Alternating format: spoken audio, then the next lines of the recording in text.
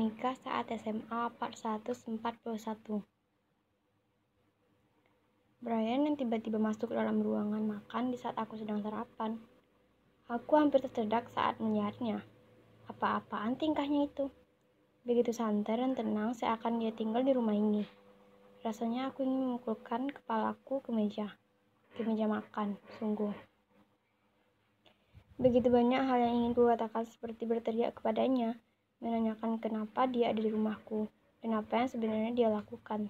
Tetapi aku begitu shock sehingga tak mampu berkata apa-apa. Setelah menuang air minum ke dalam gelas, ia menoleh ke arahku. Datar. Benar-benar tak ada satupun ekspresi di wajahnya. Semakin jengkel dengan sikapnya, tanpa sadar aku mengunyah makananku terlalu keras, hingga menggigit lidahku sendiri. Herangku dengan mulut tertutup rapat.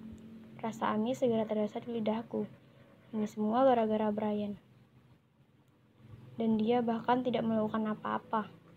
Berhentilah menyalahkan orang lain, orang itu, Di saat seperti ini justru suara-suara subscribe dulu ya. Tidak tak memilih untuk berdebat. Setelah meneguk air minum untuk menghilangkan rasa darahnya, aku menghela nafas lega. Aku menoleh dan mendapati Brian masih di tempat yang sama, sambil menatapku dengan pandangan tertarik. Seakan peristiwa tadi adalah pertama kali ia melihatnya. Aku memandangnya tajam, yang menghasilkan tawa kecil darinya.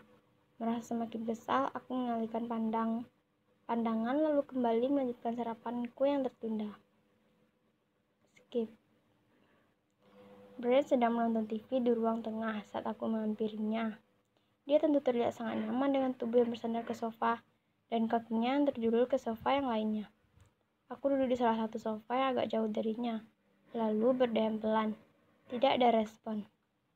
Bray, panggilku akhirnya setelah beberapa kali berkode ria dan tidak mendapatkan tanggapan darinya.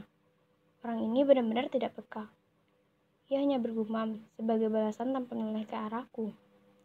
Aku menarik nafas dalam-dalam lalu menghembuskannya. Aku harus sabar. Merasa agak lebih tenang, aku memutuskan untuk bertanya lagi. Jadi kenapa lo ada di sini? Dia diam sebentar sebelum menjawab. Biasa. Hah? Keningku berkerut mendengar jawabannya. Memangnya apa lagi yang direncanakan mama? Nyokap lo harus pergi duluan. Jadi gue ditugasin jemput lo. Kerutan di keningku semakin bertambah setelah mendengar penjelasannya. Apa yang sebenarnya dia dibicarakan? Aku sama sekali tidak mendapatkan clue apapun tentang apa yang sedang terjadi. Seperti menyadari kebingunganku, Brian melanjutkan. Memang lo nggak tahu? Tahu apaan? Hari ini nyokap lo sama nyokap gue kan bikin acara. Gak tahu sih acara apaan. Katanya buat keluarga. Sejak kapan? Kenapa aku sama sekali tidak tahu? Brian hanya geleng-geleng kepala melihatku. Dia tidak menjawab dan kembali fokus pada acara TV di hadapannya. Aku menyilangkan tanganku di dada. Tiba-tiba merasa terganggu dengan situasi ini. Bagaimana bisa mama lupa memberitahuku tentang hal ini? Sekarang aku harus apa? Tanyaku pada diri sendiri sambil membentangkan kaki dengan sebal. Brian sungguh mengabaikanku sekarang. Setelah episode di mobil kemarin yang aku menguncikan bajunya dan sebagainya kami belum pernah bertemu atau berbicara lagi. Meskipun kami tidak sepenuhnya stranger seperti sebelumnya. Terkadang aku masih merasa bingung ketika ada dekatnya. Sikapnya terus berubah-ubah dan pembawaannya terlalu tenang. Aku jadi tidak tahu harus mengatakan apa. Tapi hal itu tidak berlaku ketika aku sedang kesal. Aku cenderung lebih blak-blakan dan bertingkah spontan. Mulutku ini harus diajari agar tidak mengatakan hal bodoh saat sedang marah. Baru saja aku akan marah-marah. Lagi, bukankah hari ini aku sudah terlalu banyak marah-marah? Brian terlebih dahulu memotongku sebelum sempat berbicara. Lo mendingan siap-siap deh. Kalau telat bisa gue lagi yang kena. Sabar. Aku malah dengan guman pelan. Lalu bangkit menuju kamar. Skip. Terus ini kita mau kemana?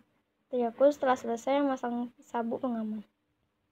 Ngambil pesanan nyokap gue dulu, jawabnya. Oke, aku sudah lebih tenang sekarang. Mungkin tidur terlalu banyak membuatku jadi lebih sensitif dan pemarah di pagi hari. Sesampaiku di kamar tadi, aku segera menelpon mama menuntut penjelasan. Tapi tidak diangkat. Aku jadi membayangkan sesibuk apa mama hingga teleponku diabaikan.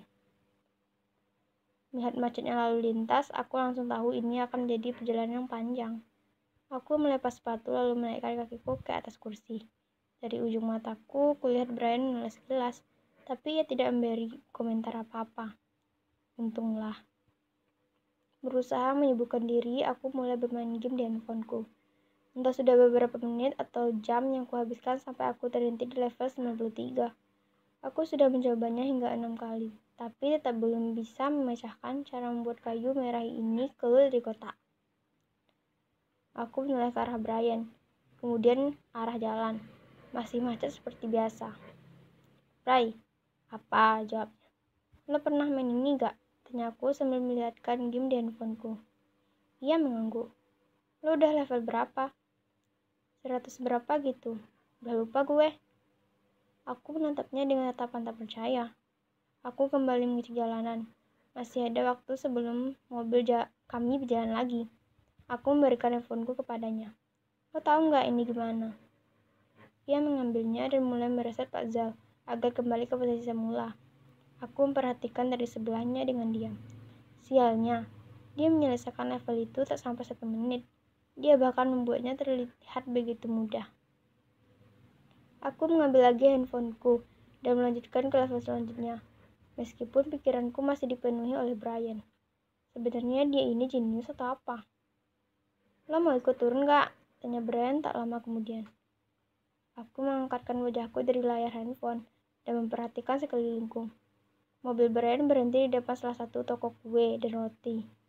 Melihatnya aku menjadi lapar lagi.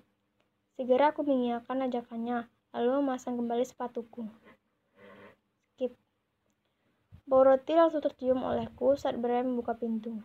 Diam-diam aku tersenyum sambil menghirupnya. Roti membawa kenangan baik untukku. Aku mengambil satu nampan beserta penjepit kue dan mulai berkeliling semangat. Aku menoleh untuk mencari Brian saat aku sadar kami terpisah. Melihat ia sedang berbicara dengan salah satu pekerja toko. Mungkin mengambil pesanan bunda, pikirku sambil menindihkan bahu.